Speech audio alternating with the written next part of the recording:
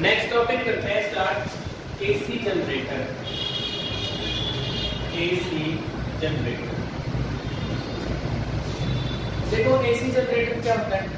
एक ऐसी डिवाइस है जो मैकेनिकल एनर्जी को इलेक्ट्रिकल एनर्जी में कन्वर्ट कर रही है। A device which converts mechanical energy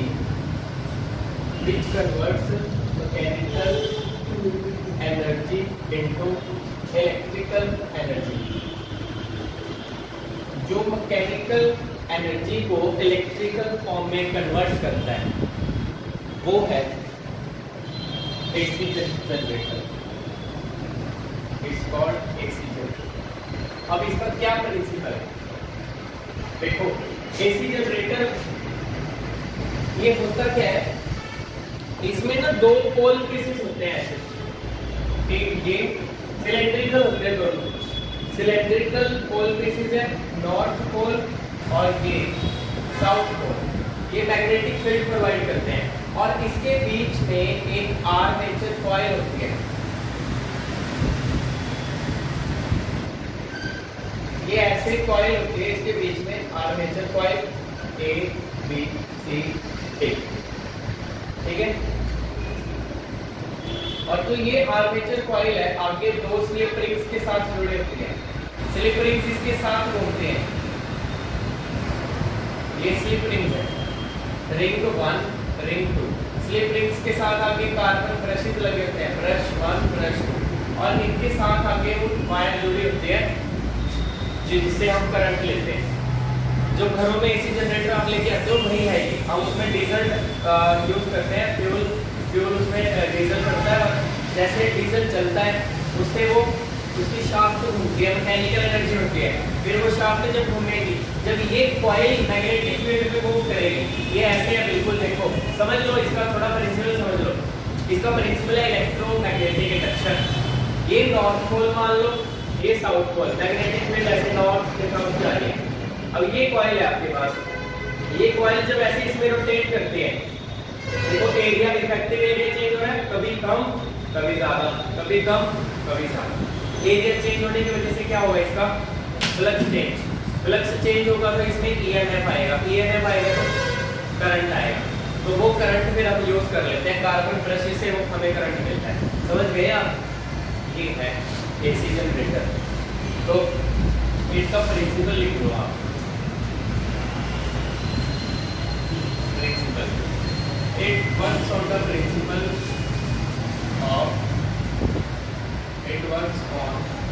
principle of electromagnetic induction. when a coil is rotated between pole pieces, between two pole pieces, EMF gets induced in it. EMF gets induced in it. जैसे ही आपने किसी coil को दो पोल pieces के बीच में rotate किया, उसमें EMF आ गया, तो इलेक्ट्रोमैग्नेटिक इंडक्शन इसका प्रिंसिपल है, ठीक है। अब इसके बाद आता है इसकी कंस्ट्रक्शन। कंस्ट्रक्शन में जस्ट मैं आपको ये आप करोगे इसकी कंस्ट्रक्शन, ठीक है। सिर्फ मैं कंस्ट्रक्शन ही आपको बताऊंगा क्योंकि इसमें थ्योरी में लिखने में टाइम वेस्ट होगा। देखो सबसे पहले हमारे पास pole pieces, north pole south pole, मैं बोल के बता देता हूँ। स्ट्रॉन्ग मैग्नेटिक फील्ड जिनकी हो, स्ट्रॉन्ग पोल हम दो यूज करते हैं, नॉर्थ पोल साउथ पोल।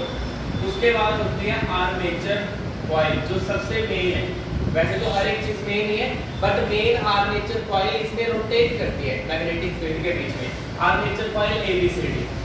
तीसरा स्लिप रिंग्स है इसमें जो आर्मेचर कॉइल के साथ साथ घूमते हैं। चौथा कार्बन ब्रशेस हैं, कार्बन ब्रशेस जहां से हम आउटपुट लेते हैं। समझ गए? ये चीजें आपने रीड करनी है, बस एक बार रीड कर लेना। इसके बाद करते हैं मेन करते हैं इसकी थ्योरी।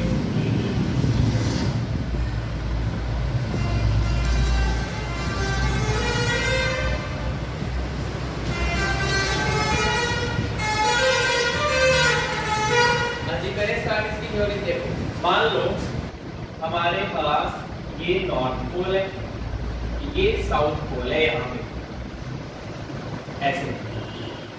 अब मैग्नेटिक फील्ड की डायरेक्शन तो ये है, ये मैग्नेटिक फील्ड है नॉर्थ से साउथ। मान लो कॉइल ऐसे है, इसके अंदर जो आर्मेचर कॉइल है ना, उसका ऊपर वाली साइड मैंने बना दी ऊपर से, ठीक है, ये वाली साइड बना दी। जैसे ये कॉइल है, ये मैंने ऊपर वाली साइड बना दी बस इसकी, ठीक है। अब जब ये ऐसे रोटेट करेगी इसमें, जो हम एंगल लेते हैं मैग्नेटिक फील्ड के साथ, ये मैग्नेटिक फील्ड है, हम ये इसका परपेंडिकुलर ऐसे लेते हैं, एरिया लेते हैं। एक्चुअली जब फ्लक्स निकालते हैं, फ्लक्स में क्या आता है, मैग्नेटिक फील्ड इनटू एरिया। तो एरिया हमेशा क्या होता है, परपेंडिकुलर। तो इसका परपेंडिकुलर, मान लो ये एरिया वेक्टर है, ए वेक्टर, ठीक है, इसका परपेंडिकुलर और मैग्नेटिक फील्ड में यहाँ बना लेता हूँ, ये मैग्नेटिक फील्ड। तो दोनों के बीच में एंगल कितना है, मान लो थीटा, थीटा एंगल है, ठीक है। अगर मैं अब इसको रिजॉल्व करूँ, दो कंपोनेंट्स में अगर इसको रिजॉल्व करूँ मैं, तो मेरे पास कौन कौन से कंपोनेंट इसमें आएंगे।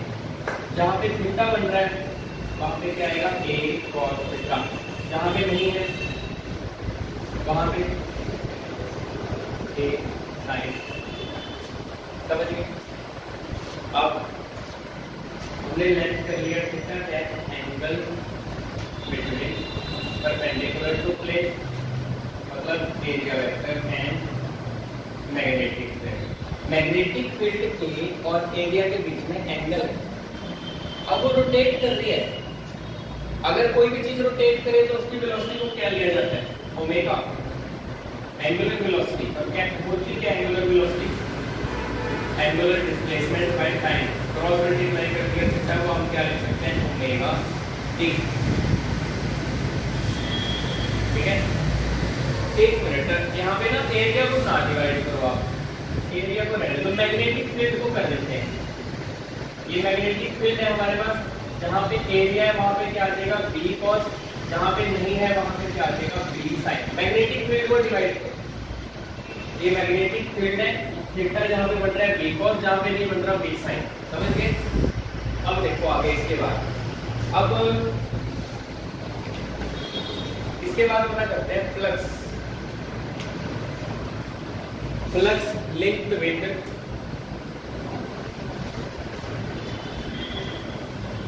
देखो, मैं ना आपको ये बता देता हूँ, जो कॉइल है ना, इसके अंदर ना कॉपर की बाइंडिंग की जाती है, बहुत ज्यादा टर्न्स होते हैं कॉपर की। मान लो n टर्न है, if coil has n turns, अगर n टर्न है देन मैग्नेटिक फ्लक्स कितना होगा, ये then magnetic flux linked with the coil is, बताइए, मैग्नेटिक फ्लक्स होता है magnetic field dot area. Dot product अगर हटाऊंगा तो कॉस आएगा, कॉस 90 में क्या होता है, 0। एरिया में और मैग्नेटिक फील्ड में 90 डिग्री कब आ रहा है, देखो ये एरिया, मैग्नेटिक फील्ड में ये part B sine theta 90 degree का एंगल बना रहा है ना, तो वो 0 आ जाएगा, उसकी वजह से तो वो कंसीडर नहीं करेंगे। हम एक ही एंगल कंसीडर करेंगे, बी कॉस और ए सेम डायरेक्शन में, तो ये देखो मैग्नेटिक फील्ड की जगह बी कॉस थीटा और ए, बस सेम डायरेक्शन में है ना। आपको मेरी बात समझ आई? सिर्फ ये लेंगे बी कॉस, क्योंकि इसकी वजह से तो खत्म हो रहा है ना फ्लक्स, कॉस 90 आ रहा है, यहाँ पे बी हटा के कॉस 0 आएगा, ये सेम डायरेक्शन वाले ले लिए बी कॉस और। तो मेरे पास जो एक और बात है, देखो एक टर्न का टोटल टर्न कितने है उसमें n, टोटल टर्न उसमें है n, तो ये हमारे पास कितना आ गया, n b a cos theta की जगह मैंने ये लिख दिया ओमेगा t। तो इक्वेशन नंबर 2 ये मेरे पास आ गया फ्लक्स। फ्लक्स तक नोट करो आप।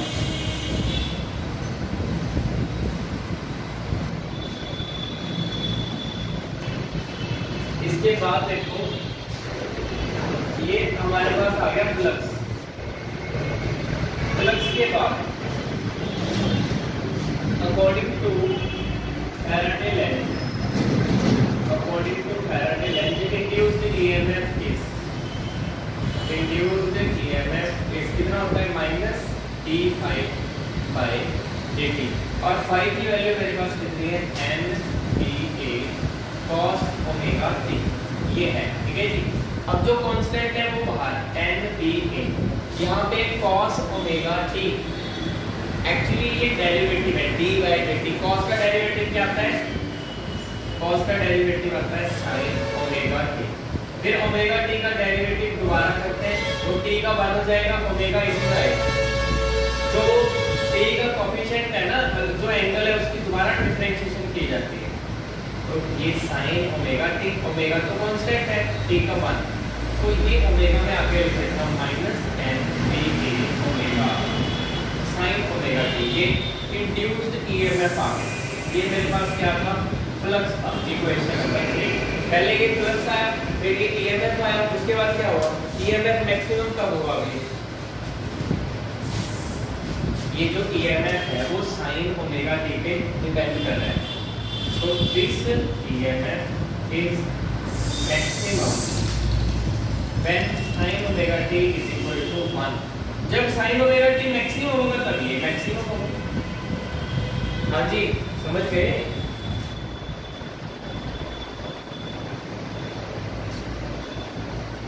cos का डेरिवेटिव माइनस साइन, यहाँ पे मैंने माइनस यूज करना था, माइनस माइनस प्लस हो जाएगा, ठीक है। और ये इंड्यूस्ड ईएमएफ मैक्सिमम कब होगा? जब sin ओमेगा t 1 होगा मैक्सिमम। तो मैंने मैक्सिमम ईएमएफ को निकालना है। मैक्सिमम ईएमएफ इज, मान लो ये मैक्सिमम है, इतना आएगा nba omega.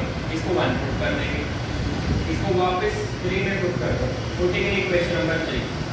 EMF is equal to, देखो ये सारा क्या है? मैक्सिमम की वैल्यू है, यहाँ पुट कर दिया maximum EMF sin omega t equation number 4। ये मैक्सिमम ईएमएफ तक पहुंच गया।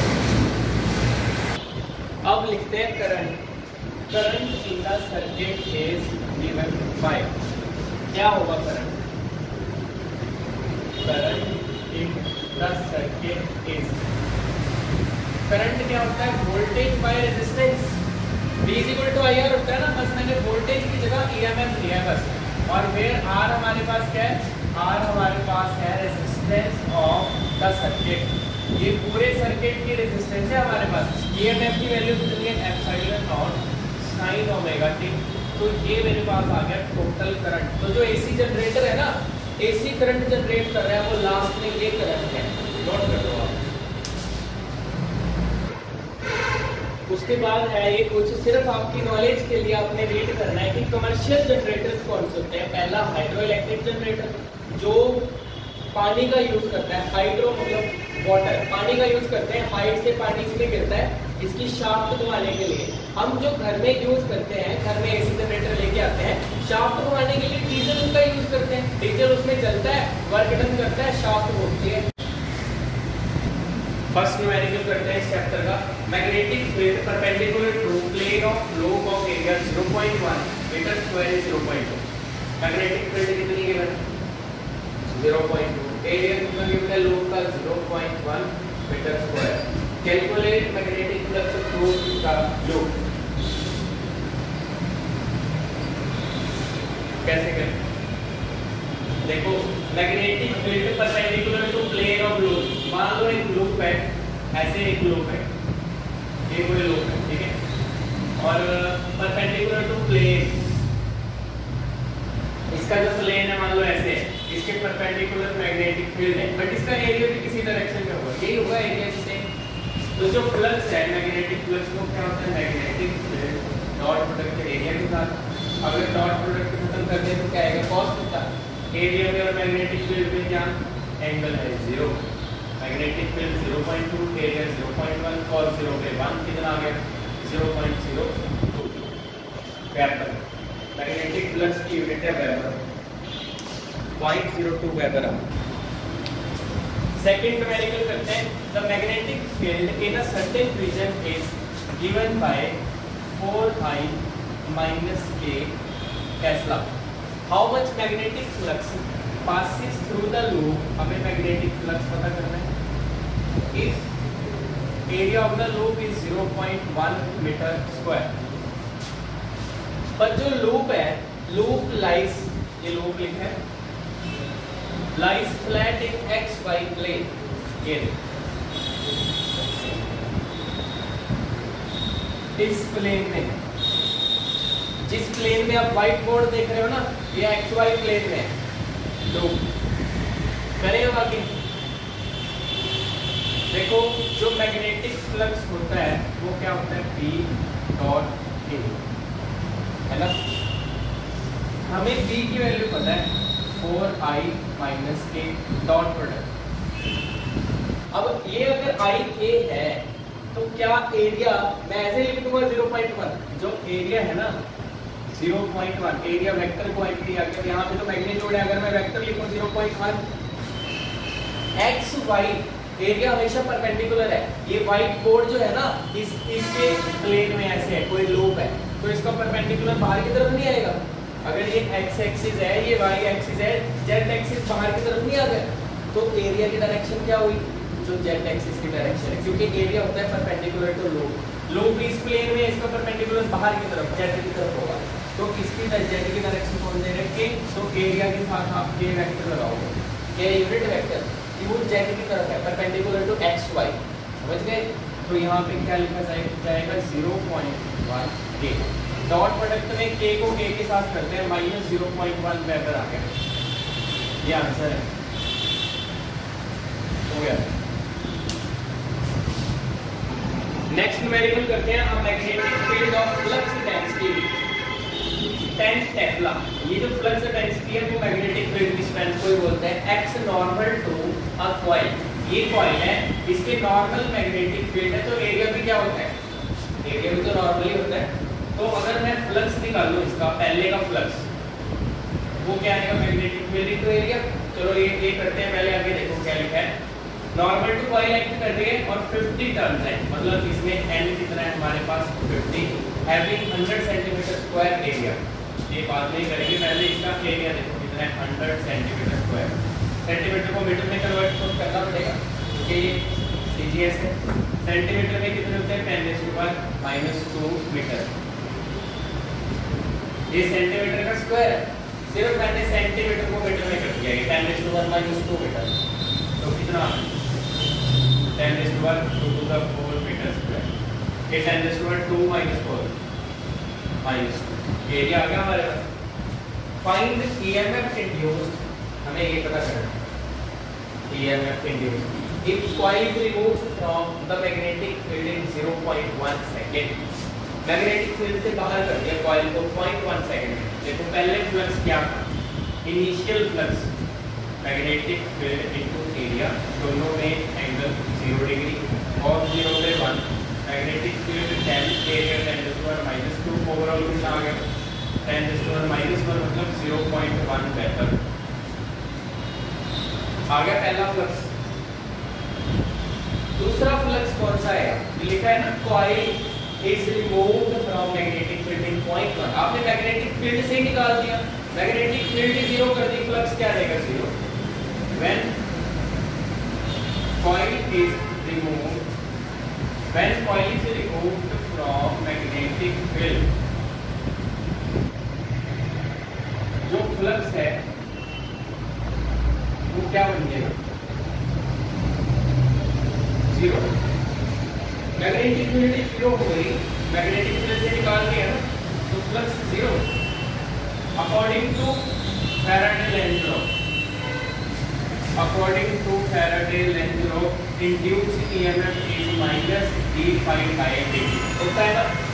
इसके बाद यहाँ देख लो आप, इंड्यूस्ड ईएमएफ, ये लिख भी सकते हो आप, ये इंड्यूस्ड ईएमएफ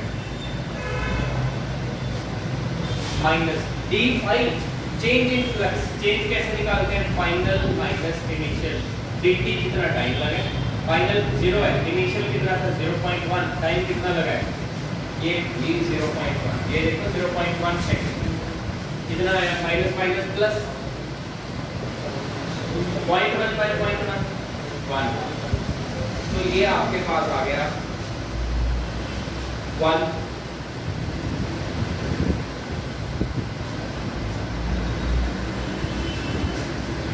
एक मिनट, इसमें एक चीज की कमी रह गई क्वेश्चन में। ये जो फ्लक्स है ना वो हमने एक टर्न का निकाल दिया, नंबर ऑफ टर्न्स यूज नहीं की, 50 टर्न, एक टर्न का फ्लक्स निकाल दिया। एक काम करो, जो फ्लक्स है ना उसको नंबर ऑफ टर्न n से मल्टीप्लाई करना है आपको। हमारे पास n कितना है 50, अगर मैं इसको 50 पे मल्टीप्लाई करूं तो मेरे पास कितना आ रहा है, आप 50 से मल्टीप्लाई करो इसको, 5 एम्पर आ गया, तो बस यहाँ पे 5 यूज कर लेंगे हम। तो 5 बाय 0.1 50 वोल्ट हमारे पास आंसर है। ठीक है, याद रखना हमने नंबर ऑफ टर्म्स यूज नहीं की थी, वो कर दो आप। नेक्स्ट न्यूमेरिकल नंबर 4 करते हैं। The magnetic flux through a coil is varying according to this relation.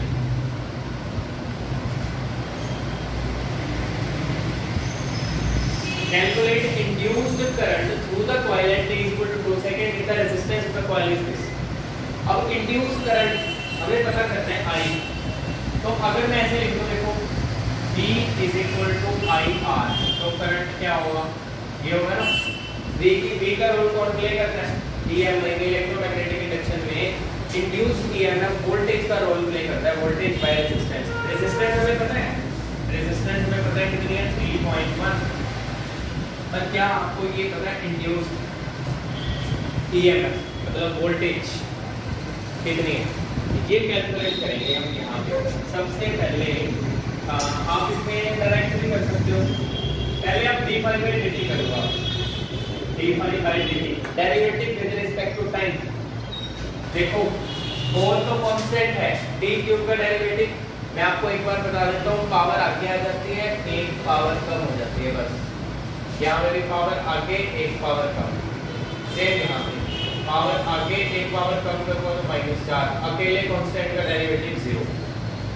ये मेरे पास आ गया 12d² 10t -24 t4 माइनस का 4, मेरे पास आ गया d∅dt। पर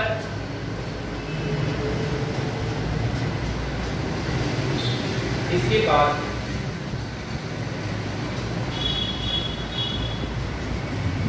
हमें टाइम भी तो दिया है, t कितना है, time t is equal to 2 second, तो ये भी पुट करो आप, and t is equal to 2 second, कितना है d∅dt।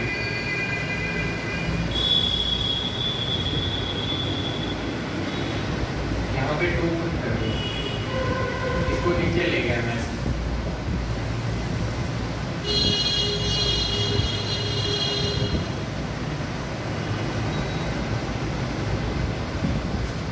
ये आ गया हमारे पास d∅dt। इसको सॉल्व करो आप,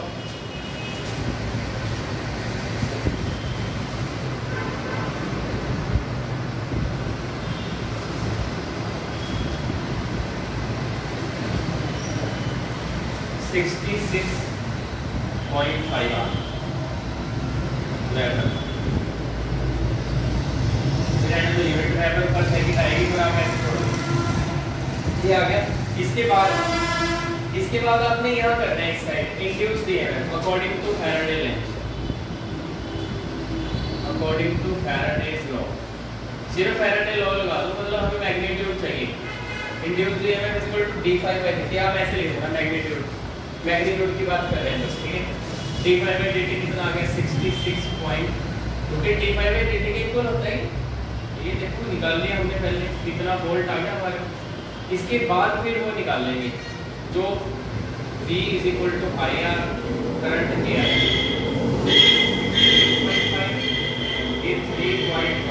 66.5 को 3.1 के साथ डिवाइड कर,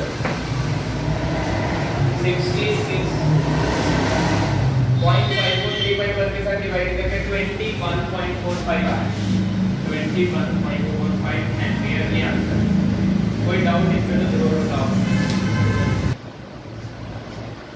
नेक्स्ट न्यूमेरिकल करते हैं।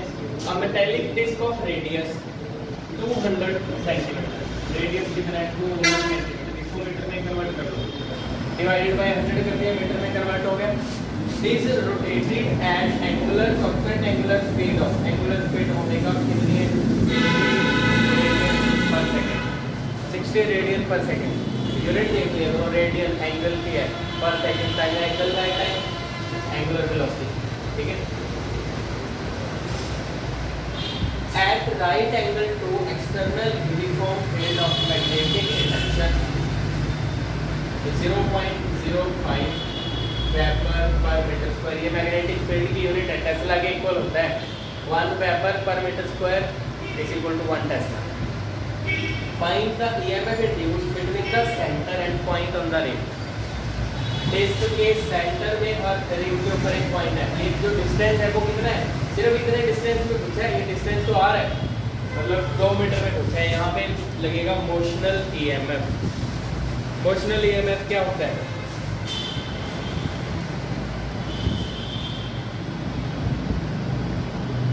BLV। देखो B हमारे पास है, L हमारे पास है। L क्या है, लेंथ कितनी है 2 मीटर, और B हमारे पास actually B is equal to R omega होता है। B is equal to R omega होता है। R हमारे पास क्या है, R हमारे पास यही है, लेंथ जो हमने ली है, ठीक है ना। इसको भी L लिख देंगे हम, तो L की वैल्यू पुट कर दो आप। B हमारे पास कितना है 0.05, L का स्क्वायर हो गया ना, L इंटू L, 2 का स्क्वायर होगा कितना है 60।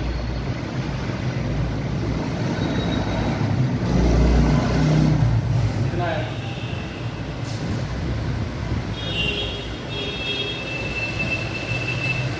12 वोल्ट आ गया, ये आंसर है। नोट कर सकते हो आप, इसमें BLV लगेगा। Induced EMF is motional EMF, BLV।